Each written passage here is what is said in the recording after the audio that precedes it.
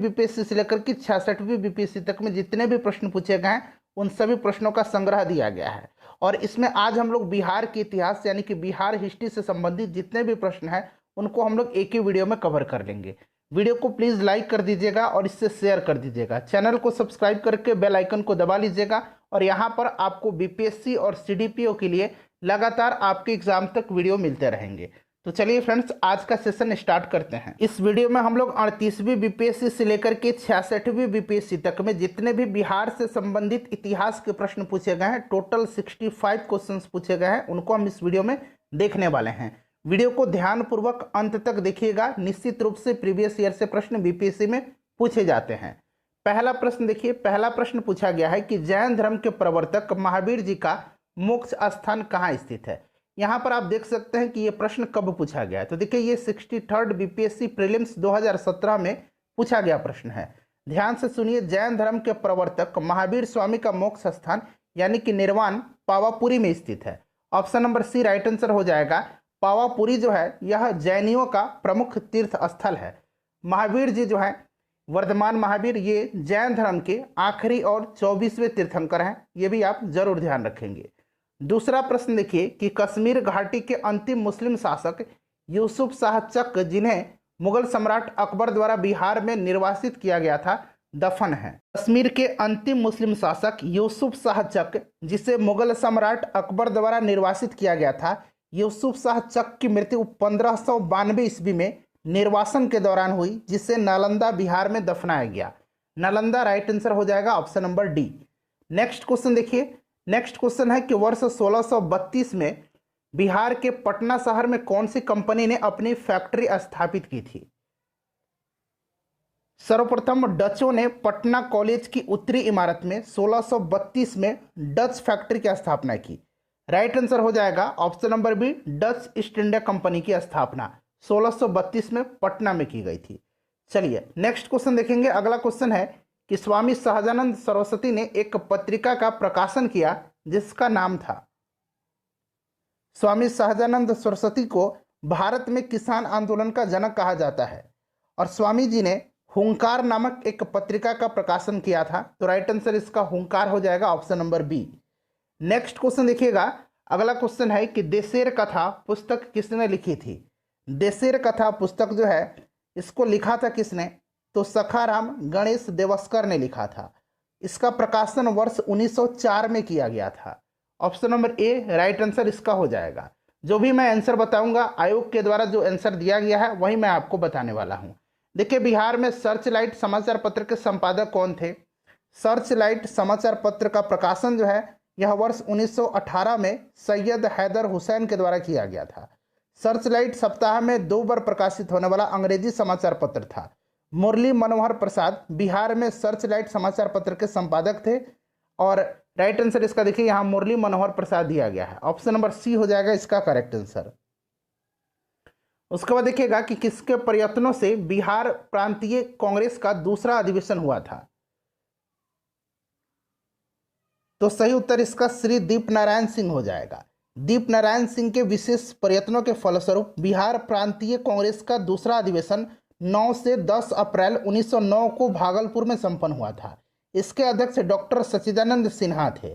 सही उत्तर इसका हो जाएगा आपका ऑप्शन नंबर बी, श्री दीप नारायण सिंह। नेक्स्ट क्वेश्चन करेंगे कि हजारीबाग में बिहारी स्टूडेंट कॉन्फ्रेंस का 16वां अधिवेशन हुआ था। तो ये हुआ था 1921 में हुआ था। 1921 में हुआ था हजारीबाग में बिहारी स्टूडेंट्स कॉन्फ्रेंस का 16वां अधिवेशन। नेक्स्ट क्वेश्चन देखिए कि पटना में 1913 में अनुशीलन समिति की एक शाखा की स्थापना किसने की थी। 1913 में पटना में अनुशीलन समिति की एक शाखा की स्थापना किसने किया था। सचेंद्रनाथ सन्याल ने किया था। इस समिति का उद्देश्य संगठित हिंसात्मक साधनों द्वारा अंग्रेजी शासन को नष्ट करके स्वतंत्रता प्राप्त करना था। सचेंद्र सन्याल हो जाएगा, option number C. Next question देखिए, असहयोग आंदोलन के दौरान बिहार में कृषकों का नेतृत्व किसने किया था। तो स्वामी विद्यानंद जी ने किया था। ऑप्शन नंबर ए राइट आंसर हो जाएगा। स्वामी विद्यानंद बिहार के किसान नेता थे और असहयोग आंदोलन 1920-22 के दौरान बिहार में कृषकों का नेतृत्व इन्होंने किया था। विशेषकर उत्तर बिहार के कई जिलों में खास करके राज्य दरभंगा के इलाकों में स्वामी विद्यानंद रैयतों को अपने अधिकार के बारे में सचेत करते रहे थे। नेक्स्ट क्वेश्चन देखिएगा, 1922-23 में मुंगेर में किसान सभा का गठन किसने किया था? 1922-23 में मुंगेर में किसान सभा का गठन किसने किया था? तो देखिए, बिहार में किसानों को संगठित करने के उद्देश्य से मुंगेर में वर्ष 1922-23 में किसान सभा का गठन शाह मोहम्मद जुबैर और श्री कृष्ण सिंह के द्वारा किया गया था। तो राइट आंसर यहां पर देखिएगा श्री कृष्ण सिंह दिया गया है और शाह मोहम्मद जुबैर, यानी कि ऑप्शन नंबर ई हो जाएगा उपरोक्त में से एक से अधिक। चलिए अगला क्वेश्चन करेंगे। नेक्स्ट क्वेश्चन है कि बिहार प्रांतीय किसान सभा का गठन किसने किया? तो देखिए, बिहार में किसानों को संगठित करने और इनके कठिनाइयों को निदान करने के उद्देश्य से नवंबर 1929 में सोनपुर मेला के अवसर पर प्रांतीय किसान सभा की स्थापना हुई थी, यानी कि बिहार प्रोविंशियल किसान सभा का गठन किया गया था। स्वामी सहजानंद सरस्वती इसके पहले अध्यक्ष थे। राइट आंसर इसका हो जाएगा Swami Sahajanand Saraswati, option number A हो जाएगा। ठीक है, और देखिए फ्रेंड्स, इस सभा का विस्तार बिहार के गांव में करने में उन्हें कार्यानंद शर्मा, राहुल सांकृत्यायन, पंचानन शर्मा, यदुनंदन शर्मा आदि वामपंथी नेताओं का सहयोग मिला था। नेक्स्ट क्वेश्चन देख लीजिएगा कि बिहार प्रोविंशियल सभा का गठन कब हुआ था? तो ये अभी मैंने बताया 1929 में हुआ था। उसके बाद देखिए, बिहार में स्वराज दल का गठन किसने किया था? असहयोग आंदोलन की असफलता के बाद स्वराज पार्टी कांग्रेस खिलाफत स्वराज पार्टी का गठन मार्च 1923 में चित्तरंजन दास और मोतीलाल नेहरू ने किया था। चित्तरंजन दास इसके अध्यक्ष थे तथा मोतीलाल नेहरू इसके महासचिव थे। और बिहार में पूछा जा रहा है, तो बिहार में स्वराज दल की शाखा का गठन श्री कृष्ण सिंह के नेतृत्व में हुआ था। तो right answer option number A हो जाएगा इसका। अगला प्रश्न देखिएगा, और फ्रेंड्स आपसे निवेदन है कि वीडियो को प्लीज़ लाइक ज़रूर कर दीजिएगा और इसे शेयर भी ज़रूर कर दीजिएगा। देखिए, बिहार में कांग्रेस का प्रथम अधिवेशन कहाँ रखा गया था? पूरी बुक मैं आपको कंप्लीट करवा दूंगा। साथ ही साथ नया प्रैक्टिस सेट भी हम लोग यहाँ पर स्टार्ट करने वाले हैं बीपीएससी और सीडीपीओ के लिए। तो देखिए फ्रेंड्स, बिहार में कांग्रेस का प्रथम अधिवेशन जो था यह 1912 में पटना के बांकीपुर में आयोजित किया गया था। राइट आंसर इसका हो जाएगा ऑप्शन नंबर ए, पटना। ठीक है, ध्यान रखेंगे। और देखिए, इस अधिवेशन की अध्यक्षता आर.एन. माधोलकर के द्वारा की गई थी और इस अधिवेशन के महासचिव सच्चिदानंद सिन्हा थे और मौलाना मजहरुल हक स्वागत समिति के अध्यक्ष थे। नेक्स्ट प्रश्न देखिएगा कि बिहार सोशलिस्ट पार्टी कब गठित हुई थी? ध्यानपूर्वक सुनिएगा। देखिए, वर्ष 1931 में गंगा शरण सिंह, जयप्रकाश नारायण, फूलन प्रसाद वर्मा, अब्दुल बारी, राहुल सांकृत्यायन तथा अंबिका सिन्हा द्वारा बिहार सोशलिस्ट पार्टी की स्थापना के लिए एक समूह बनाया गया था 1931 में। और 1934 में पटना में आचार्य नरेंद्र देव की अध्यक्षता में बिहार सोशलिस्ट पार्टी की विधिवत स्थापना हुई थी और जयप्रकाश नारायण इसके सचिव बनाए गए थे। तो देखिए 1931 हो जाएगा, ठीक है, और विधिवत स्थापना 1934 में हुई थी। नेक्स्ट क्वेश्चन कर लेंगे कि सन 1931 में बिहार समाजवादी पार्टी, देखिए 1931 यहाँ पर पूछ लिया गया है, बिहार सोशलिस्ट पार्टी का गठन किसने किया था? तो अभी मैंने आपको बताया है कि फूलन प्रसाद वर्मा, गंगा शरण सिंह, जयप्रकाश नारायण, अब्दुल बारी, राहुल सांकृत्यायन तथा अंबिका सिन्हा के द्वारा। तो देखिए यहाँ पर फ्रेंड्स दिया गया है फूलन प्रसाद वर्मा का नाम, तो ऑप्शन नंबर ए हो जाएगा राइट आंसर। उसके बाद नेक्स्ट क्वेश्चन देख लीजिएगा कि 1934 में बनी बिहार सोशलिस्ट पार्टी के सचिव कौन थे? 1934 में विधिवत इसकी स्थापना की गई थी पटना में। आचार्य नरेंद्र देव इसके अध्यक्ष थे और जयप्रकाश नारायण इसके सचिव थे। तो यहाँ पर सचिव पूछा गया है, तो ये जयप्रकाश नारायण थे। नेक्स्ट क्वेश्चन करेंगे, जयप्रकाश नारायण को कौन सी उपाधि दी गई थी?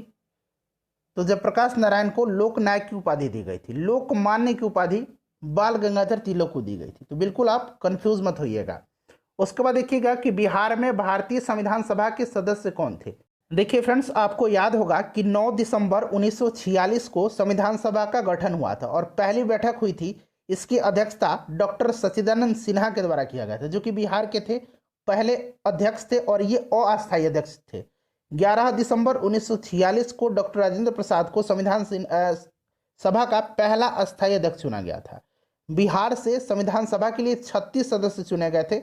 याद रखना है, 36 सदस्य चुने गए थे, जिसमें अनुग्रह नारायण सिन्हा, डॉक्टर राजेंद्र प्रसाद, जगजीवन राम, श्यामानंदन सहाय, सच्चिदानंद सिन्हा, ये सभी प्रमुख थे। तो ऑप्शन नंबर यहाँ ई हो जाएगा उपरोक्त में से एक से अधिक।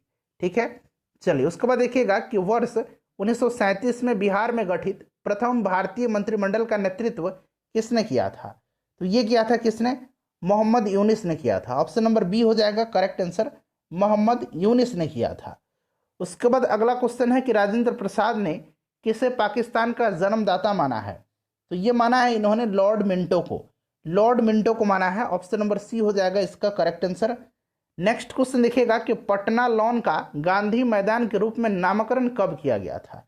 ध्यान से सुनिएगा। देखिए वर्ष 1948 से पूर्व इसका नाम जो था पटना लॉन था। ठीक है, 1948 से पूर्व इसका नाम था पटना लॉन।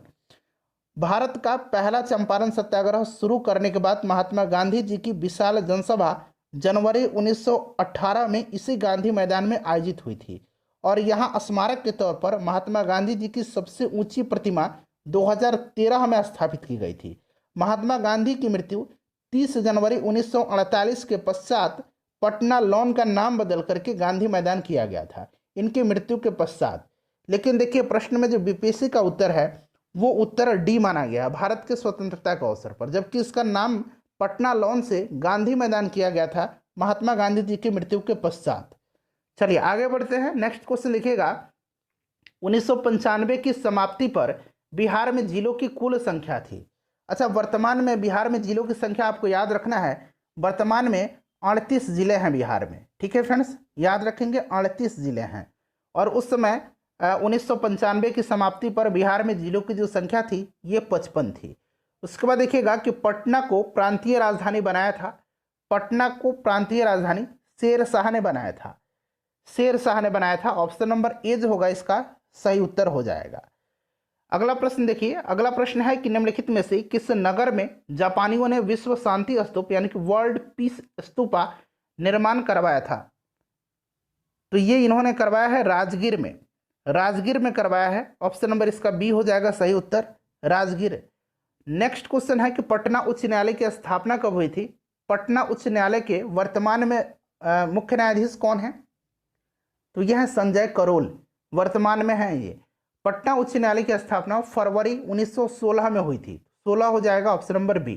बिरसा मुंडा के गुरु कौन थे? बिरसा मुंडा के गुरु कौन थे? तो आनंद पांडे थे, आनंद पांडे सही उत्तर हो जाएगा ऑप्शन नंबर बी। अगला क्वेश्चन करेंगे कि उस क्षेत्र की पहचान करें जहां संथालों ने 1855-56 में अपनी सरकार की घोषणा कर दी थी। तो सही उत्तर हो जाएगा भागलपुर राजमहल। देखिए 1855-56 ईस्वी में संथाल विद्रोह मुख्यतः ब्रिटिश शासन के विरुद्ध हुआ था। उनके मुख्य शिकायत भद्रलोक अर्थात बंगाल और उत्तर भारत के उन संभ्रांत लोगों से था जो उनके इलाके में आकर के बस गए थे तथा उनका शोषण दोहन करते थे। यहाँ पर हो जाएगा भागलपुर और राजमहल, ऑप्शन नंबर बी। चलिए आगे बढ़ते हैं। नेक्स्ट क्वेश्चन है कि 1857 के विद्रोह ने बिहार के कई नगरों को प्रभावित किया। बिहार के विभिन्न नगरों में से विद्रोह के विस्फोट का सही क्रम निम्नलिखित में से कौन करता है? सही क्रम इसमें से आपको बताने हैं। तो देखिए सही क्रम जो हो जाएगा, सबसे पहले रोहिणी होगा, फिर पटना, फिर मुजफ्फरपुर, फिर जगदीशपुर हो जाएगा। ऑप्शन नंबर बी हो जाएगा इसका करेक्ट आंसर। चलिए आगे बढ़ते हैं। नेक्स्ट क्वेश्चन है कि बिहार के किस नेता ने महात्मा गांधी के साथ किसान आंदोलन का नेतृत्व किया था? सही उत्तर इसका ऑप्शन नंबर सी हो जाएगा राजकुमार शुक्ल। देखिए राजकुमार शुक्ल के साथ गांधी जी कलकत्ता से 7 अप्रैल 1917 को प्रस्थान कर 10 अप्रैल को पटना पहुंचे। 15 अप्रैल से गांधी जी ने किसानों से मिलना प्रारंभ किया और उनके साथ राजकुमार शुक्ल, धरणीधर, उसके बाद रामनवमी प्रसाद, ये सब प्रमुख व्यक्ति थे। अगला क्वेश्चन करेंगे कि बिहार के सुप्रसिद्ध संत सरफुद्दीन मनेरी का संबंध सूफियों के किस संप्रदाय से है? देखिए फ्रेंड्स, सरफुद्दीन अहमद जिनका जन्म 1262 ईस्वी में मनेर पटना में हुआ था और इनकी मृत्यु 1380 ईस्वी में बिहार शरीफ में हुई थी। फिरदौसिया सिलसिला के ये सूफी थे, तो ये फिरदौसी हो जाएगा। उसके बाद देखिएगा कि बिहार कांग्रेस सोशलिस्ट पार्टी का गठन हुआ था। बिहार कांग्रेस सोशलिस्ट पार्टी का गठन जो है यह 1934 में हुआ था। सही उत्तर इसका ऑप्शन नंबर सी हो जाएगा, 1934 में हुआ था। इसके अध्यक्ष नरेंद्र देव थे और जयप्रकाश नारायण इसके सचिव थे। उसके बाद देखिएगा कि मध्यकाल में बिहार शरीफ का नगर महत्वपूर्ण रहा, तो ये रहा था विद्या के केंद्र के रूप में और धार्मिक केंद्र के रूप में। तो 2 और 4 जो होगा इसका सही उत्तर हो जाएगा। तो देखिए 2 और 4 नीचे ऑप्शन नंबर डी में दिया गया है। उसके बाद नेक्स्ट क्वेश्चन है कि बिहार में अलग प्रांत के लिए आंदोलन जिसके परिणाम स्वरूप वर्ष 1911 में बिहार एवं उड़ीसा के नए प्रांत का निर्माण हुआ, उसका नेतृत्व किसने किया था? तो उसका नेतृत्व किया था सच्चिदानंद सिन्हा ने। ऑप्शन नंबर ए सही आंसर हो जाएगा, सच्चिदानंद सिन्हा। 1 अप्रैल 1912 को बिहार और उड़ीसा को सम्मिलित कर नवीन प्रांत का उद्घाटन हुआ जिसकी राजधानी पटना बनी। भारत शासन अधिनियम 1935 द्वारा 1 अप्रैल 1936 को उड़ीसा बिहार से अलग होकर एक राज्य बना था। सभी पॉइंट्स को ध्यान रखेंगे। चलिए आगे बढ़ते हैं। बिहार दिवस का क्या महत्व है जो हर साल 22 मार्च के दिन मनाया जाता है? बताइए। 22 मार्च 1912 को जारी उद्घोषणा के द्वारा बंगाल से अलग कर बिहार एवं उड़ीसा नाम से नए राज्य का गठन किया गया था। ठीक है, जो कि एक प्रांत बने थे, बिहार और उड़ीसा सम्मिलित थे। और 1 अप्रैल 1912 से यह प्रभावी हुआ था। फिर 1 अप्रैल 1936 को बिहार और उड़ीसा दोनों पृथक होकर राज्य के रूप में अस्तित्व में आए थे। 22 मार्च के दिन जो है बिहार दिवस मनाया जाता है। राइट आंसर इसका हो जाएगा ऑप्शन नंबर सी, 1912 में बिहार के बंगाल प्रेसिडेंसी से अलग होने के याद करने के लिए। Option number C right answer इसका हो जाएगा। उसके बाद नेक्स्ट क्वेश्चन देखिएगा कि बिहार की स्थापना कब हुई थी? तो देखिए बिहार की स्थापना जो है ये आपसे पूछा जा रहा है, तो 1912 हो जाएगा, 1912। उसके बाद देखिए आधुनिक बिहार का निर्माता किसे माना जाता है? आधुनिक बिहार का निर्माता, तो अभी हम लोगों ने देखा कि सच्चिदानंद सिन्हा के नेतृत्व में जो है सच्चिदानंद सिन्हा के नेतृत्व में बिहार जो है, बिहार और उड़ीसा ये नए प्रांत बने थे। तो ये आपका सच्चिदानंद सिन्हा हो जाएगा। बिहार कब भारत में एक स्वतंत्र प्रदेश बना था? सही उत्तर देखिए, बिहार कब भारत में एक स्वतंत्र प्रदेश बना था? तो ये 1912 में बना था। नेक्स्ट क्वेश्चन करिएगा कि एक भारतीय राज्य के रूप में बिहार बना था। अब देखिए एक भारतीय राज्य यहाँ पर पूछ लिया गया है, तो राज्य के रूप में जो है बिहार और उड़ीसा अस्तित्व में आए थे 1 अप्रैल 1936 को। तो 1936 हो जाएगा इसका सही आंसर। अगला क्वेश्चन देखिए कि किस वर्ष उड़ीसा बिहार से पृथक हुआ था? तो 1936 को हुआ था। ऑप्शन नंबर सी हो जाएगा। किस अधिनियम के तहत बिहार एक अलग राज्य बना था? तो बिहार एक अलग राज्य भारत सरकार अधिनियम 1935 के तहत बना था। ऑप्शन नंबर ए हो जाएगा सही उत्तर इसका। बिहार बंगाल से कब अलग हुआ था? बिहार बंगाल से अलग हुआ था, लेकिन बिहार में उड़ीसा सम्मिलित था, 1912 में हुआ था। अगला क्वेश्चन देखिएगा कि बिहार बंगाल से पृथक कब हुआ था? यह प्रश्न देखिए 2 बार पूछा गया है। एक तो यहाँ पर 42वें में पूछा गया है, फिर 39वें में पूछा गया है। तो ये आपका हो जाएगा 1912 में। उसके बाद देखिए ब्रिटिश शासन के दौरान बिहार को एक अलग प्रांत का दर्जा किस वर्ष मिला था? फिर से ये प्रश्न देखिए पूछ लिया गया है, तो फिर से 12 हो जाएगा, 1912। उसके बाद देखिएगा कि बिहार और बंगाल में भूमि कर किराएदारों के अधिकार को बंगाल किराएदारी अधिनियम द्वारा कब स्वीकार किया गया? तो 1885 के द्वारा जो है बंगाल किराएदारी अधिनियम 1885 के द्वारा बंगाल और बिहार में भूमि पर किराएदारों के अधिकार को स्वीकार किया गया। इस अधिनियम को बनाने का मुख्य उद्देश्य जमींदार काश्तकार के भूमि से संबंधित प्रथागत अधिकारों की प्रख्यापित करना था। तो ये आपका हो जाएगा 1885। उसके बाद देखिए 1908 के छोटा नागपुर कास्त अधिनियम ने रोक लगाई, तो इसने बेठ बेगारों पर रोक लगा दिया। सही उत्तर हो जाएगा ऑप्शन नंबर इसका सी। नेक्स्ट क्वेश्चन देखिए कि छोटा नागपुर काश्तकारी कानून कब पारित हुआ? छोटा नागपुर काश्तकारी कानून जो है यह 1908 में पारित हुआ, 1908। अगला प्रश्न जो हम लोगों ने किया था यहाँ पर देखिए 1908 की छोटा नागपुर काश्तकारी अधिनियम, वही प्रश्न पूछा गया है कि छोटा नागपुर काश्तकारी कानून कब पारित हुआ? तो 1908 में। मूल रूप से बिहार शब्द का अर्थ क्या है? तो बिहार शब्द का जो अर्थ होता है ये आपसे पूछा गया है, तो ये बौद्ध मठ हो जाएगा। इसमें से देखिए बौद्ध मठ हो जाएगा इसका करेक्ट आंसर। 1866-67 के नील खेतिहरों के बिहार में हुए विद्रोह क्षेत्र की पहचान करें। तो ये कहां पर? तो चंपारण एवं मुजफ्फरपुर हो जाएगा। ऑप्शन नंबर इसका डी हो जाएगा सही उत्तर। अगला क्वेश्चन देखिएगा कि राजकुमार शुक्ल किस गांव के निवासी थे? राजकुमार शुक्ल के बारे में आपको पता है, इन्होंने ही गांधी जी को चंपारण आने के लिए निमंत्रित किया था और ये मुरली भरहरवा के थे। ऑप्शन नंबर ए राइट आंसर हो जाएगा। उसके बाद देखिएगा कि किसने दुखी, दुखी आत्मा, दुखी हृदय जैसे छद्म नामों के तहत लिख करके चंपारण के किसानों की दुर्दशा पर प्रकाश डाला है। तो ये थे पीर मोहम्मद मुनीस। ऑप्शन नंबर ए हो जाएगा राइट आंसर, पीर मोहम्मद मुनीस, ध्यान रखेंगे। नेक्स्ट क्वेश्चन देखिएगा कि इनमें से कौन बिहार का या बिहार के किसान नेता थे। तो देखिए स्वामी विद्यानंद थे, स्वामी शाहजानंद थे। तो एक और दो जो होगा इसका करेक्ट आंसर हो जाएगा। उसके बाद अगला क्वेश्चन है कि चंपारण में गांधी जी को आमंत्रण किसने दिया था। तो अभी मैंने बताया कि राजकुमार शुक्ल ने दिया था। उसके बाद देखिए 1830 के दशक में पटना नगर केंद्र था, तो ये बहावी आंदोलन का केंद्र था। 1830 के दशक में सैयद अहमद के पटना यात्रा के समय पटना बहावी आंदोलन का प्रमुख केंद्र बन गया। तो ये बहावी आंदोलन, देखिए बहावी आंदोलन मूलतः अरब में प्रारंभ हुआ था। इसके आदि प्रवर्तक का नाम अब्दुल वहाब था, ठीक है, इसी के नाम पर इसका नाम बहावी आंदोलन पड़ा। उसके बाद देखिए भागलपुर में नमक सत्याग्रह का नेतृत्व किसने किया था। भागलपुर में नमक सत्याग्रह का नेतृत्व 12 मार्च 1930 को महात्मा गांधी जी के नेतृत्व में सविनय आंदोलन शुरू किया गया था, दांडी यात्रा आपको याद होगा। और बिहार में नमक सत्याग्रह का प्रारंभ 15 अप्रैल 1930 में चंपारण एवं सारण जिलों में नमकीन मिट्टी से नमक बनाकर के किया गया।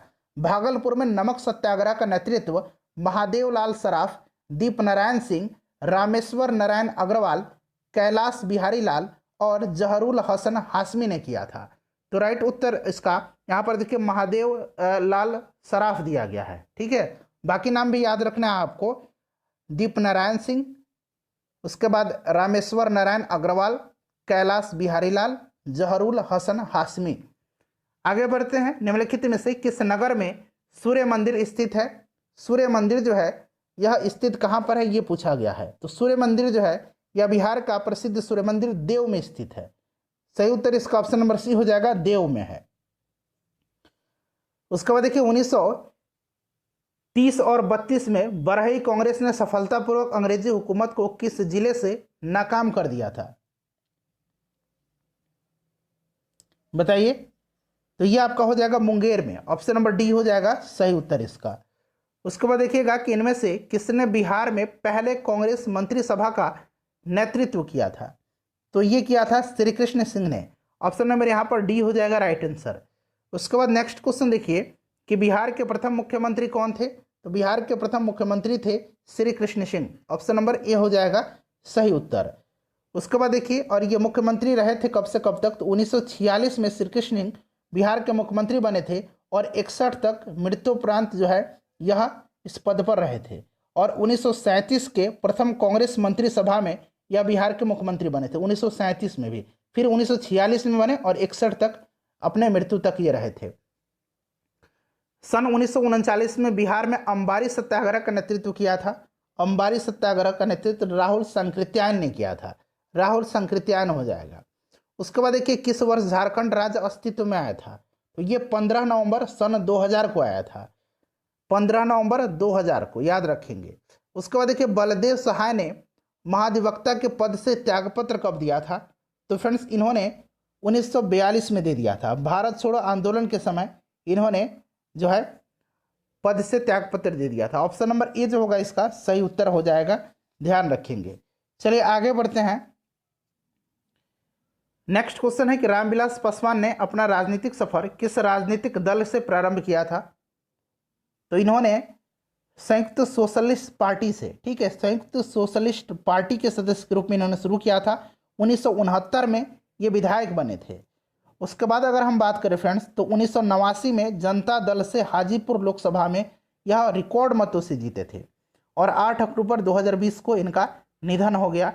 तो सही उत्तर इसका हो जाएगा ऑप्शन नंबर सी, संयुक्त सोशलिस्ट पार्टी से। चलिए आगे बढ़ते हैं। नेक्स्ट क्वेश्चन है और आखिरी क्वेश्चन है आज का कि बिहार के राजनीतिज्ञ स्वर्गीय रघुवंश नारायण सिंह पहली बार लोकसभा के लिए निर्वाचित हुए थे। तो पहली बार ये 1996 में यह वैशाली से 11वीं लोकसभा के लिए चुने गए थे। सही उत्तर इसका हो जाएगा 11वीं लोकसभा, ऑप्शन नंबर बी सही उत्तर हो जाएगा, ठीक है। 2004 से लेकर के 2009 तक यह केंद्रीय ग्रामीण मंत्री रहे थे, केंद्रीय ग्रामीण विकास मंत्री, और इन्हीं के समय नरेगा जो कि अब मनरेगा है वो प्रस्तुत किया गया था, इन्होंने ही किया था। तो फ्रेंड्स आई होप कि आपको वीडियो अच्छी लगी है। वीडियो को प्लीज़ लाइक कर दीजिए और कमेंट करके बता दीजिएगा वीडियो कैसी लगी है।